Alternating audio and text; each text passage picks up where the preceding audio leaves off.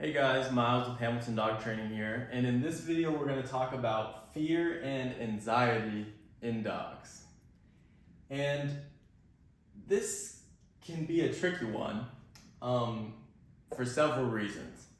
So one of the reasons why it can be tricky is, puppies go through these things called fear periods twice, and so that can play a role in it. Another role is genetics. This is a big one. So the genetics of your dog actually has a huge role in how fearful and anxious they are in the everyday environment. So wolves, for example, wolves are very fearful and anxious creatures. They're very skittish. They're naturally hesitant and naturally skeptical about everything in their environment, which sounds kind of strange, right? Because they're predators. But when you think about it a little bit more, it makes sense, right? Almost all wild animals have this natural inbred born skepticism things, and wolves are very sketchy creatures. And so with dogs, we actually have been working to breed that out of them, right? So if you have a working dog or a pet dog, the breeders, if they're good breeders, they're trying to select dogs that don't show those traits, who are confident, outgoing, right? Because those are traits we want working with them as humans. But if they aren't properly bred, what you'll see is they'll regress back to those traits of more kind of skepticism, skittishness, always on alert, which is interesting. But this is important to note because just the fact that it's genetic is going to change our training process and our approach in trying to solve this problem. Right? That's very important to understand. Another thing that can trigger it is trauma, like some event in the past that happened. Maybe your dog gets attacked by another dog, or maybe some big scary event happens, and that kind of causes an effect. It's like an immediate thing. Like the event happens, and then from that moment forward, something they perceive whatever trigger as fearful or anxious. And these two things can go hand in hand too. So if you have a dog who's already kind of genetically on the edge, and then something traumatic happens to the dog, that can really kind of throw the dog down the deep end. It kind of put him in a spiral. And so we have to get him out of that. All right. So fear and anxiety. So the first thing you have to understand about this is that everything in the dog's world that the dog interacts with is stress.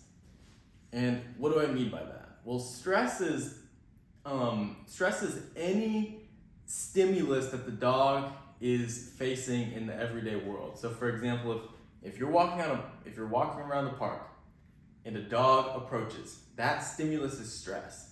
If the wind is blowing and the leaves are rustling, that's a little bit of stress. If people are coming and there's people everywhere, that's stress, right? All of these things are stress. And with fear and anxiety, how this works in dogs is your dog feels the stress, right? Feels the stimulus.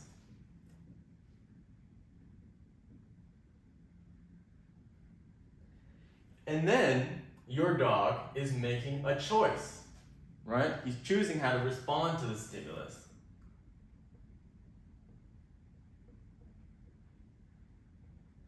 All right, so your dog encounters a stimulus in the everyday world. Maybe it's a loud sound, maybe it's a scary looking man, maybe it's cars or bikes or skateboards or whatever.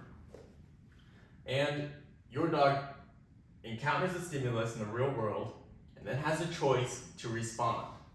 And with fearful and anxious dogs, they are not capable of responding properly. So some dogs, when they're fearful and anxious, they'll snap at it, they'll fight back, they'll kind of feel backed in and they'll attack. And that's one type of fearful. Another dog is a dog who will just completely shut down, who will just totally submit and be super scared and kind of hide from things, try to avoid it. And I know sometimes the dogs whose trying to avoid it. If they feel backed in enough, then they'll fight back. And so you have to be careful about this, right? Because bad things can happen. But essentially what we have here, your dog is encountering stimulus and they're responding, but they are not capable of delivering the proper response because whatever's going on in their brain, they're just not mentally able to cope with that stress yet. And we're going to teach them how to do that. And so we have to get out of this, right? Right now, if your dog's fearful and anxious, the dog's in its own head. It's kind of like spiraling out of control, right? They see a stimulus, they get freaked out, and they're in their own head. They're just sitting with their thoughts, and they get scared, and they get, backed in. They might fight back, they might bark. We need to get this loop out of here, right? This loop that's going on in the dog's head, we need to get that away. So how do we do that? What we want is when the dog encounters a stimulus, we want the dog to respond in a certain way. All right, so we want to kind of bypass this choice that the dog has to respond. So what we need to do is we need to eliminate choices. All right, this might sound kind of weird, but let me explain what this means. So maybe you have, barking, snapping, growling, or even running, right? Running away from the thing. Or maybe hiding, right? So all of these things are possible responses that the dog could choose to respond to this stressful stimulus. And so what we want to do is we want to eliminate these choices. We want to say, you encounter the stimulus, whatever it is, the dog starts barking. Nope, can't do that. Dog starts snapping. Nope. Growling. Nope. Running. Nope. Hiding. Nope. You're saying you can't do any of these things. Period. You can't do them. I won't allow it. And we'll talk about how to do that, throughout our further training and how to implement this. But we're basically taking away these options. The dog encounters the stressful response. He would usually do one of these things, but we're saying no. You have no choices. You cannot do that. That is unacceptable. You draw the line. And what are you left with? You are left with raw fear, right? The raw emotion of the dog.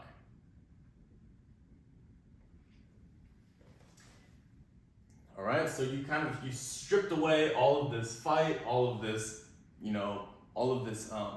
theatership that the dog was putting out, and you're left with just the raw emotion, which is fear. And at that point, you now have a dog who is with you, who's not barking or anything, but is clearly scared. And now you have to switch roles, right? So in the first role, you kind of had to draw the line, you had to be clear, you had to be hard, you had to be firm. But now that you're left with raw fear and emotion, you have to switch your role that you're playing. All right, so now you have to build the dog up.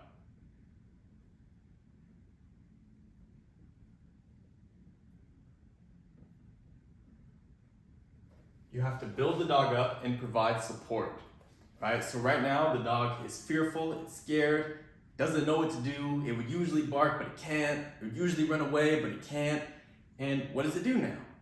Well, this is when you step in. And this is very important because you step into the dog's life and you build support, right? You're trying to build the dog up. You might say, good boy, right? That's what I expect of you. You're doing a good job.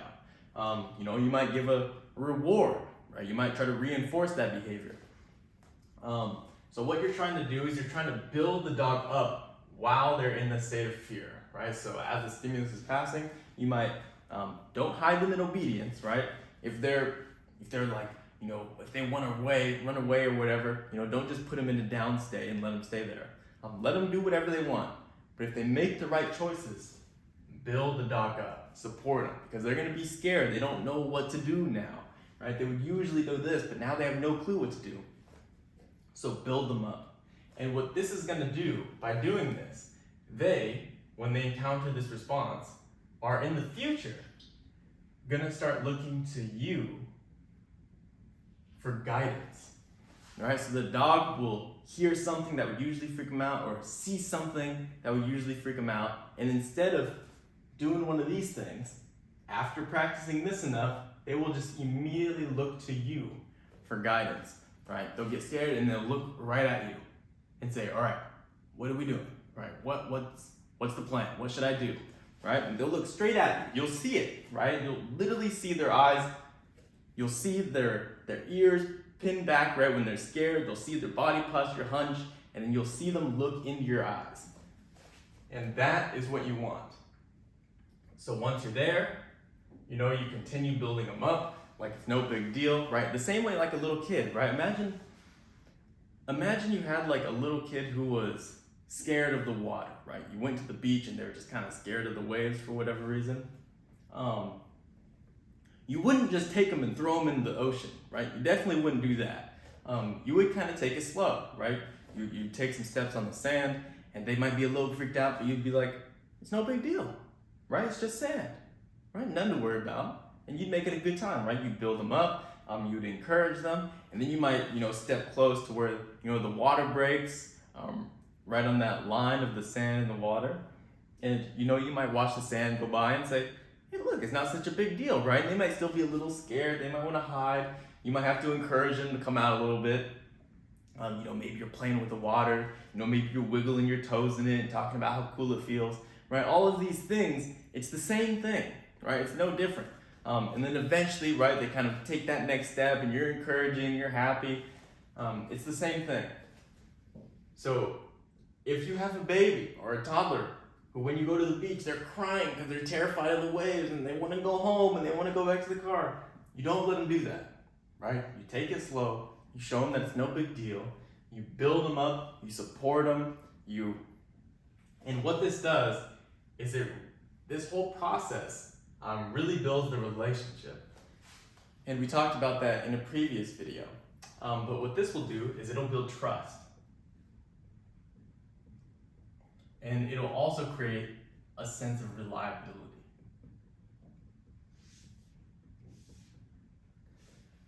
So the dog, when they encounter stressful stimulus in their environment, their dog will have the trust in you and the reliability in you to know that you can be reliable in these stressful situations. They can rely on you when they feel scared or anxious or whatever. And that's what you want. So that's just a little bit about fear and anxiety. You don't want to coddle your dog, right? If your dog's scared, you don't want to be like, it's okay, right? Bring him into your arms. It's gonna be okay, right? It's gonna be okay, baby. No, none of that, right? You want to push them a bit. You want to increase the stress a bit and show them that they can handle it. That's what it's all about. You want to show them that they can handle the stress, right? Right now they can't. They're kind of freaking out about it, but you need to prove to them that they can. And once you prove to them that they can, they will trust you. They will rely on you. Now, with that being said, do not put your dog into sketchy situations, right? If your dog is like very afraid of other dogs or people, do not force them to meet people or meet dogs or whatever, right? So do not force unwanted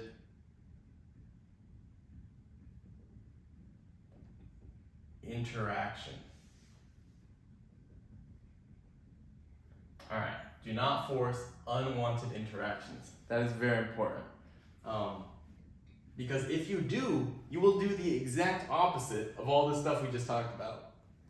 If the dog is deathly, just terrified of dogs and people or whatever, or like a traffic cone outside and they're just terrified of it, what you do not do is walk straight up to it, right? Make them interact with it. Make the person say hi to them. Make the dog, run up to their face. Because what you'll do is you will just decrease your trust. You will decrease your liability.